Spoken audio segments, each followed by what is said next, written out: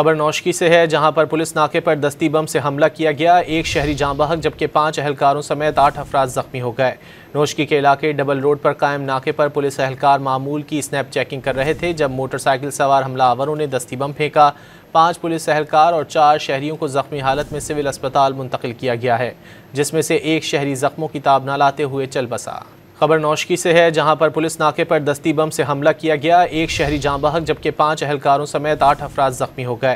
नौशकी के इलाके double road पर कायम नाके पर पुलिस एहलकार मामूल की स्नैप चेकिंग कर रहे थे जब मोटरसाइकिल सवार हमलावरों ने दस्ती बम फेंका।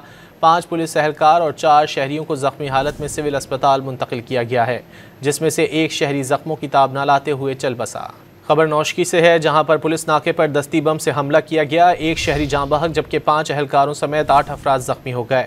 नौशकी के इलाके डबल रोड पर कायम नाके पर पुलिस एहलकार मामूल की स्नैप चेकिंग कर रहे थे जब मोटरसाइकिल सवार हमलावरों ने दस्ती बम फेंका।